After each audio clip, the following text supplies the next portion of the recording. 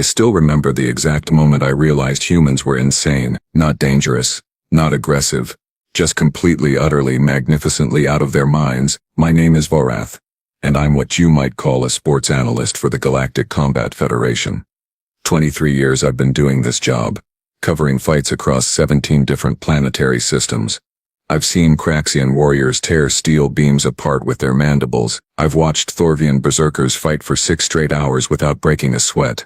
I've even seen a Galathian monk achieve perfect meditation while being pummeled by 4 opponents simultaneously. But nothing, and I mean absolutely nothing, prepared me for what happened on Station Omega-7 that day. The whole thing started because of a bet. Isn't that how all the best disasters begin? My colleague Threx, a pompous Volturian with too much money and not enough sense, had been going on for weeks about how humans were nothing special, just another species trying to make a name for themselves in the galactic arena. Soft, weak, slow. Their bone density is pathetic, he'd say, clicking his mandibles in that annoying way Volturians do when they think they're being clever. Their muscle fiber composition is barely adequate. They lack natural armor, venom sacs, enhanced reflexes, or any of the standard combat adaptations we see in serious species. I'd heard it all before. Every analyst in the Federation had an opinion about Earth's newest arrivals.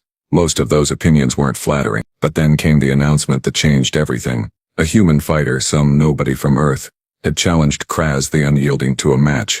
Krazz, for those who don't follow combat sports, was the reigning champion of the middleweight division. A Bronthar warrior with fists like sledgehammers and a winning streak that had lasted 7 years. He'd put 19 opponents in the medical bay. 3 had never fought again, and now some human girl wanted a piece of him. Her name was Maya Torres, 22 standard years old, 5 feet and 6 inches tall, which converted to roughly 1.67 meters for those of us who actually use sensible measurements. She weighed in at 35 pounds. Her record showed 12 amateur fights back on Earth, 10 wins, 2 losses. Nothing impressive by galactic standards. The betting odds were absurd. 500 to 1 against her lasting more than 90 seconds. 1,000 to 1 against her landing a single meaningful strike. The bookmakers wouldn't even take bets on her actually winning. Threx saw opportunity. "I'll wager you a full month's salary," he said to me over drinks the night before the fight. "The human doesn't make it past the first round. Probably gets knocked out in under a minute." I should have taken that bet. But I was cautious, and caution doesn't pay well in our business. The arena on Station Omega-7 was packed, 15,000 beings from across the galaxy, all cramming into the stadium to watch what everyone assumed would be a quick, brutal, and probably educational beatdown. A lesson for humanity about knowing their place in the galactic hierarchy. I had a ringside seat, data pad in hand, ready to record another routine victory for Krazz. The atmosphere was electric, but not because anyone expected a real fight. People wanted to see the spectacle, the mismatch, the inevitable conclusion. The Bronthar entered first. Krazz the Unyielding stood 8 feet tall, his crystalline exoskeleton gleaming under the arena lights.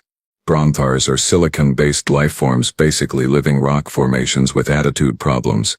When Krazz moved, you could hear the grinding sound of stone against stone. His fists were literally chunks of reinforced mineral that could shatter concrete. He raised those fists to the crowd, and they roared their approval. Then came Maya. The contrast was almost comical. She walked into that arena wearing simple black shorts and a gray tank top. No armor, no enhancements, no cybernetic implants or genetic modifications that I could detect. Her dark hair was pulled back in a tight braid. Her brown eyes scanned the crowd with an expression I couldn't quite read. Was it nervousness, determination, focus? I noticed something odd. While Krazz was playing to the audience, flexing and posturing and generally being the showman everyone expected, Maya was stretching. Just simple, basic stretches, rotating her shoulders, rolling her neck, shaking out her hand, like she was getting ready for a light workout instead of a fight against a living mountain. The referee, a neutral Quarian with 4 arms and an impressive mustache, called both fighters to the center. He went through the standard rules: no weapons, no lethal techniques. Fight continues until knockout, submission, or the doctor stops it. Standard stuff. Krazz barely listened. He was too busy staring down at Maya, his crystalline features arranged in what passed for a contemptuous sneer among his species. "You sure you want to do this, little mammal?" His voice sounded like boulders grinding together. "I've crushed tougher things than you just by sitting down." Maya looked up at him. and smiled, not a nervous smile, not a fake confidence smile. A genuine, almost amused smile. "We'll see," she said. The crowd laughed. Even I chuckled. The audacity was impressive, even if it was completely unfounded. They returned to their corners. I checked my datapad, making sure the recording feeds were working properly. This would be quick, but the footage would be useful for analysis. Maybe we could learn something about human physiology from watching how they break under pressure. The bell rang. Krazz moved forward immediately, his massive form charging across the ring with surprising speed for something made of stone. The crowd's noise level doubled. This was it. The moment everyone came to see. Maya didn't retreat. She didn't panic. She simply shifted her weight, moving laterally to her left, her feet gliding across the canvas in a smooth pattern that looked almost like dancing. Krazz threw a punch. A massive, overhand right that would have caved in the skull of most organic beings. The wind displacement alone was audible even over the crowd noise. Maya wasn't there. She'd moved. Just a slight duck and a sidestep, minimal effort, maximum efficiency. The punch sailed past where her head had been a fraction of a second earlier. Krazz grunted, surprised. He threw another punch. A left hook this time, trying to catch her as she dodged. Same result. The crowd's noise shifted slightly. Confusion mixing with the excitement. For the next 30 seconds, this pattern continued. Krazz would throw these massive, devastating strikes, each one powerful enough to end the fight instantly if it connected. And each time, Maya would simply not be where the punch was going. She made it look effortless. "She's quick," Threx muttered from his seat next to me. "But she can't keep that up forever. One mistake and it's over." He wasn't wrong. Maya was burning energy with all that movement, and she hadn't thrown a single punch herself. She was just dodging, ducking, weaving, staying out of range. Then something changed. After about 45 seconds, Krazz started getting frustrated. You could see it in the way he was moving, getting sloppier, throwing harder but wilder. He'd expected to land something by now. Expected the human to be paced on the canvas. Instead, she was making him look slow, and that's when Maya started her counterattack. She threw a jab. A simple, basic, textbook jab. Her left hand flicked out, traveling maybe 12 inches, and tapped Krazz right on what passed for his jaw. The crowd laughed. Krazz definitely laughed. That deep rumbling sound of stone grinding against stone. "Is that the best you can do?" he bellowed. "I've been hit harder by orbital debris." More laughter. Even the referee looked amused. Maya didn't react. She just threw another jab. Same target. Same speed. Another gentle tap against Krazz's crystalline head. This time Krazz didn't even bother acknowledging it. He threw a wild haymaker, trying to decapitate her. She ducked under it easily and threw another jab. Tap. "She's not even trying," someone behind me said.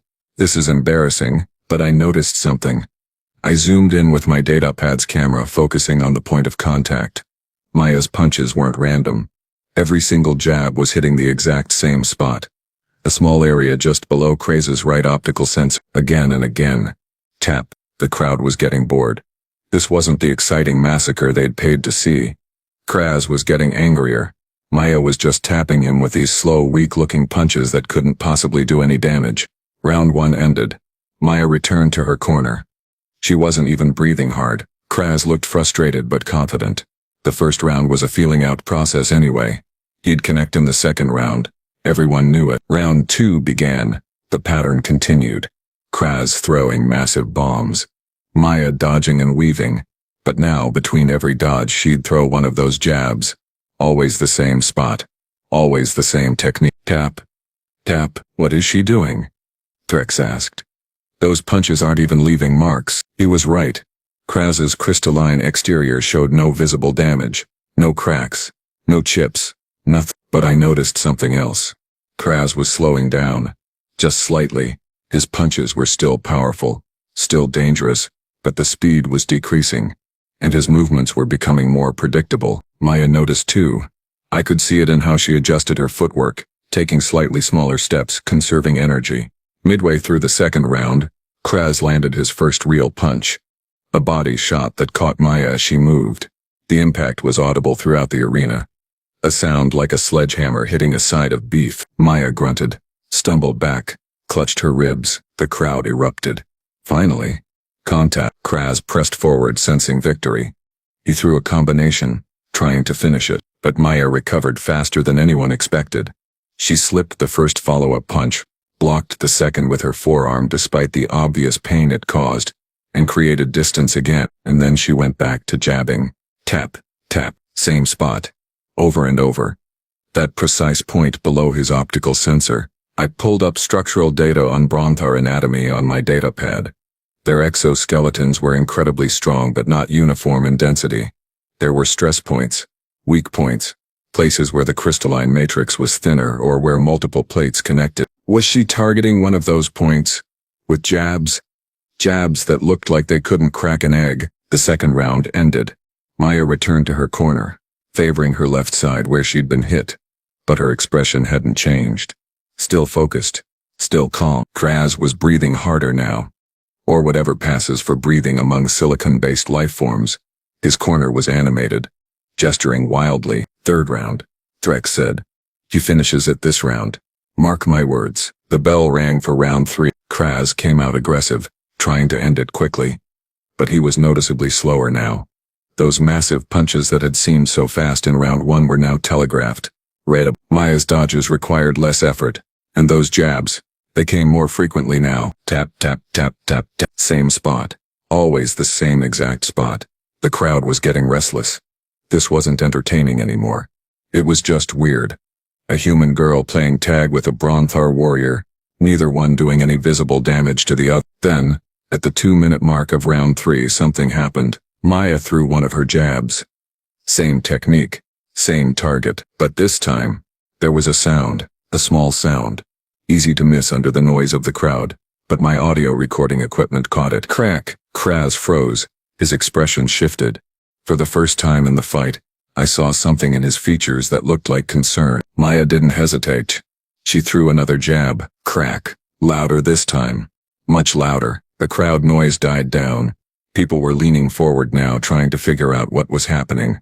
Krazz raised his hands defensively, but his movements were slow. Sluggish. Maya set her feet, rotated her hips, and threw a right cross. Not a jab this time. A real punch. Her whole body behind it. Her fist traveling the same path as all those jabs, targeting that same precise spot that she'd been tapping for the last 6 minutes. The impact sounded like a gunshot. Krazz's head snapped back. A visible crack appeared in his crystalline exoskeleton, spreading from the impact point like a spiderweb across glass. Chunks of crystalline material fell away. The Bronthar warrior stumbled. His massive form swayed, and then he fell. 8 feet of living stone crashed to the canvas with a sound that shook the entire arena. The ring literally bounced from the impact. The referee rushed over, checking Krazz's vitals. The crowd sat in absolute silence. 15,000 beings speechless. I checked my datapad sensors. Krazz's cardiac rhythm, or the equivalent for Bronthar's, had become irregular. Not stopped, but struggling. His exoskeleton had a fracture that extended deep into his internal matrix. The referee's 4 arms went up simultaneously, signaling the end of the fight. Technical knockout. Winner, Maya Torres. The silence lasted maybe 3 more seconds. Then the arena exploded. Not with cheers. With chaos. Confusion. Shock. Threx just sat there, his mandibles hanging open, his datapad forgotten in his lap. I watched Maya. She was bent over slightly, hands on her knees, breathing hard now. That body shot had definitely hurt her. But she was smiling. That same calm, knowing smile she'd had before the fight started. Medical personnel swarmed the ring, working on Krazz. The big Bronthar was conscious but disoriented. They'd need specialized equipment to repair the damage to his exoskeleton. I was already replaying the footage, analyzing frame by frame. Every single one of Maya's jabs had hit the exact same spot within a margin of error of less than 2 millimeters. The accumulative impact had created microfractures in Krazz's exoskeleton. Those microfractures had connected, weakened the structure, and when she finally threw a full power punch, the entire thing had shattered like glass. It wasn't about power. It was about precision, patience, understanding the target's physiology and exploiting its weaknesses through persistent, focused effort. I'd never seen anything like it. The post-fight press conference was bedlam. Reporters from every major news service in the Federation scrambled for answers. How did she do it? What was the technique? Was this a standard human fighting style? Maya sat at the table, an ice pack pressed against her ribs, looking slightly overwhelmed by all the attention. It's called the drip method, she explained, her voice hoarse.